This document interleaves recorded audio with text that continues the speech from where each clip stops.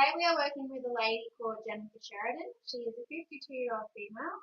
She's been working in an office job for over 30 years. So she's come to me to see her posture issues as she's feeling a little bit of pain every now and then in different parts of the body.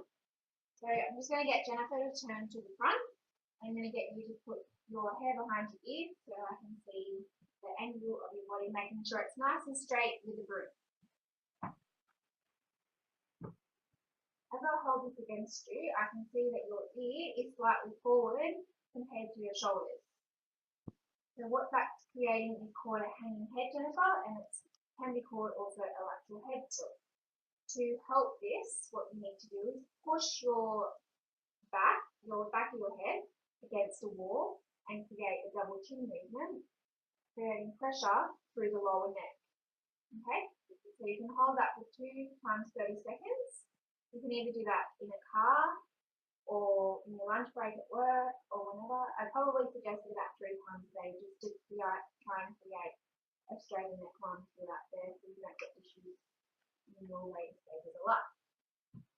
With the shoulders, I can see here they're slightly rolled in, creating kyphosis, which is a hunchback on the back.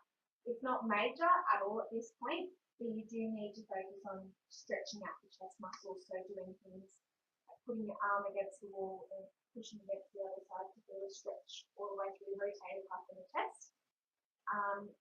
Could always stand up against the wall and do that at work, or I don't know, in your lunch break or something, at least 3 times a day, just like I'm telling you to do your lateral head tilt. So you can see from there that your rolled shoulders causing kyphosis in the thoracic spine, which is top of the back. As we move down, I'm just going to get you to put your arms up so I can see your pelvis and hips. As we move down to the lumbar spine, which is the bottom of your back, Jennifer, I can see that your pelvis is pushing forwards, creating lordosis in the lumbar spine, which is called a swayed back. You've probably heard about that before, and probably been told you've had that because it's quite significant in the back. I would like to refer you to an allied health professional, like a physiotherapist for your back, to work on strengthening your abdominals. So what I can tell you to do is maybe a plank exercise, maybe a plank exercise or TRX hold. We could start working on running the gym as I'm one of your clients for personal training. As we move down to the hip region, I can see that it's thoroughly in line with the knee. So that's all well and good. We just need to work on the pelvic part. That's the only problem I'm thinking of. Okay. Now I'll get you to turn to the anterior angle, which is the front. So I'm just going to get your face to the front of the room for me. Yeah, still yeah, that's fine. It's nice and warm. Okay, so what I'm saying here is I'm looking at how your shoulders and everything is level. So your hips, your shoulders, and then work my way down your body. So I'm going to see here that your shoulders are quite level, so we don't have any issues of unbalancing muscular imbalances of the body, which is great. We do need to work on strengthening exercises both through the chest, so we can create more thoracic kyphosis through the thoracic spine. Okay.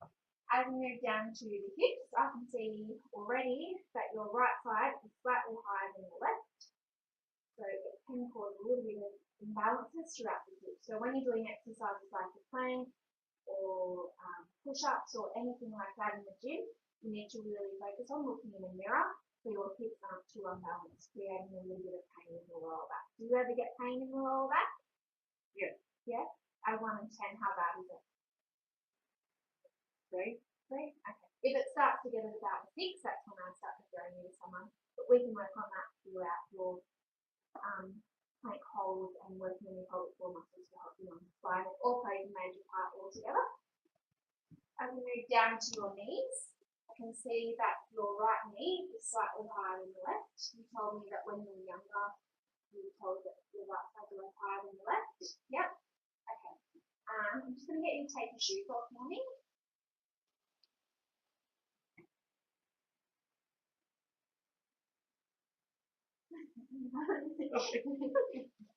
Okay. So that's right side, like I said, is slightly higher than the left. but I can't see any knocking of the knees. The knocking of the knees when the knee turns forward, so when you're squatting and things, you really have to be conscious of that. But I can't see any of that. So if I ever do squats with you, I will help you do the proper form, but by yourself, you really need to work on weight distribution through the right leg and the left leg being nice and even, so pushing up through the doors. Because my right leg is weaker than my left. Yes, that as well, and because it's higher. So if you're doing a squat, what happens is that because your right side is higher than your left, you're going to work on focusing on pushing through the left leg and creating stronger glute in the left than the right side, creating more pain up in your lower back.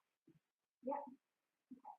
So now as I move down to your feet, I can see that your feet, your right foot comes forward, but your left foot slightly turns out a little bit more. So it can cause a bit of damage in the Achilles. We'll go back on that when we look through the back of it. But it's not major. You just need to work on focusing on having your feet forward. It will also help with weight distribution and pushing through both heels of your feet to help with glute muscles. That's how you should stand. Never try and lean on one side or the other body because it creates weight distribution again and causes major issues making your legs definitely higher than the other leg. Okay. You all along with that part of the body? You don't have any questions? Have I got flat feet? Oh, we'll go over that when we look at the anterior.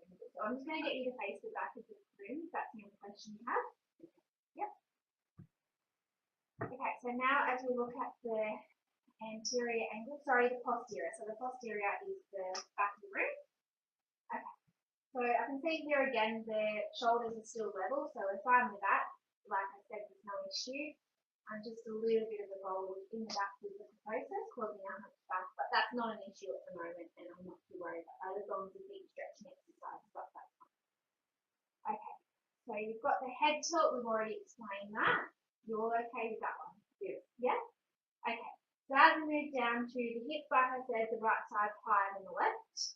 So working on weight distribution through the heels of the body is really important for you, so it doesn't become even more exaggerated through the right side. I can see here definitely the over-exaggeration of the pelvis tilt to forwards. It's causing a lot of damage in your lordosis spine, which is its way back. So it can get worse. And if you were finding you're standing a bit that day, your back might get a bit fatigued. It does. Yeah. So you need to work on holding your pelvic floor muscles to push that back out again. That's something really important to do. So in order to do that, you're going to draw your belly button through to your back, but still breathe at the same time. Breathing is really important. Okay. As we move down to the thighs, you don't have any knocking sensation in the knees or anything like that. So all over with that, you don't have any bowing leg. That's perfect. Pretty good in the legs. It's just that the right side's higher than left, and I can definitely see that throughout the back. It can get more exaggerated. As I've been working with you, I haven't noticed any change, but we probably do need to have a look at that if you ever do cause pain of that body. So when you are squatting, just like I said, make sure you're pushing through the heels. It's very, very important. I get you to do a squat, so just put your feet shoulder width apart. Yeah. And just squat down forward through the heels, so pushing back. That's right. So come back up again. You do come up a bit more on the left side than you do the right side. But we'll work again on that just a bit of weight distribution, like using a wobble board or just standing on a half bossy board at the gym. Yep. Okay. So do you mind if I lift your pants up a little bit? Okay. So this is just a look at your series of the So like I said before, I can see that the left leg is slightly turning in. The right leg is slightly turning in a little bit more than the left leg. The left leg is a little bit straighter than the right leg. So on here of the leg, this part of the leg is slightly turning in. Do you ever get any pain throughout the knee, feeling a bit more on this leg than you do the other leg? No, but I have Plantar fasciitis? Yeah, so this would be happening because of the leveling of the pelvis. Well, I'm just going to do that so you can see the Achilles. Okay, so yeah, like I said, the right side of the body is higher than the left, higher than the left. So you'll find that because of that, you're getting a bit of pronation through the feet, which is flat feet. flat feet, one of the biggest disorders of flat feet is plantar fasciitis. To help with that would be a bit more comfy shoes. I can really recommend Asics Gel Kayano shoes. They've got the arm support and a bit more stabilisation. As I can see here, because your feet are rolling a little bit more, you do need a bit more stabilisation through the feet. It'll just help you with walking and things that can cause exaggerated pain if it does hurt at any time of the day. The heel's definitely not a good thing to do unless you have to wear them for work or something. You have to go away to their joggers, nice black joggers to work, so high heels if it's really a concern. I can always get a referral for you to anyone, a podiatrist for that. Yeah.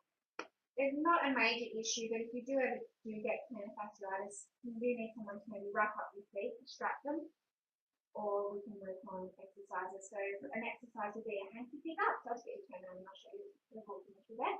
A hanky pick-up is where you have a hanky on the ground and you pick it up with your toes and you curl your toes up so you're getting the strength all through your toes. So you do that now. If you just take a seat on the chair. So if I just get you to pick up a hanky from so really squeeze your toes and like point the toes down, you'll start to feel a bit of stretching through the middle of the foot, yeah? Yeah, the sole? Yeah, so if you do that, you hold that for 30 seconds, we'll do 3 sets of 12 15 before we go. So 3 sets of 12 15. Start the hanky out of your jaw, pick it up with your toes and start stretching it. You might feel the stretch a bit up here, so if the shin is nice and tight, it wasn't going to be tight for that. Yeah. Is that good?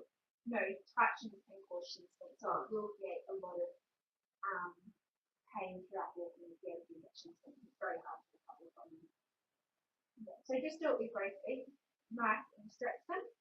And just remember to do your chest stretches. So this one for the chest, stretching all in here. So this will help with your Yep, you can practice it if you like. So just put one hand on the handle and push towards the other side. Up the bottom. Okay. Yep, and look that way. To the neck. Should feel the stretch all in here. Yeah. Yep, and so you'll hold that for 30 seconds and then do it again on the other side. So have it on the other side, it's different. So you can always hold up the hand and go away with that. Yeah. That's good. So you'll work on doing that, and then now I'll get you to push your head against a flat surface and making sure the whole body is against a flat surface. And you'll push so you can feel the double chin coming through. So you'll start, I can already feel that stretch. You can start to feel that stretch in the neck. You'll also hold it for 30 seconds, plus 3. So make sure you're feeling the double chin. Yeah, you should feel really silly doing it, but it's actually really, really good. Is that right? Yeah. So I feel it actually all through my back. Yep, and in your neck. Yeah. Yeah, can you feel that it's quite On tight? my shoulders, yeah. Yeah. Very tight. Yeah, so yeah, this is the head tilt. So it's something we do need to work on. Especially in the office chair, you need to work on that you're sitting straight in the chair and rolling the shoulders back, because rolled shoulders can create a lot of pain throughout this part of the body. I remember when we were trying to squat and you were trying to push your arms back and down, it was quite difficult for you to stretch back. It's because of all this happening. Right. So you just need to work on stretching back. Do you have any questions from today? So I do the head tilt one, the arm, and that's going to open up my chest. That's going to roll your shoulders back. I'm going to roll my shoulders back. Yeah.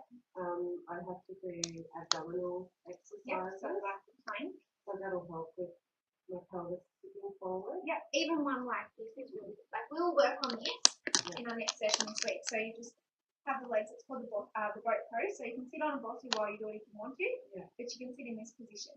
So you just roll the shoulders back, look up to the ceiling, and really draw the belly button to the back. So that'll create stabilization through here, helping the strength in the lumbar spine.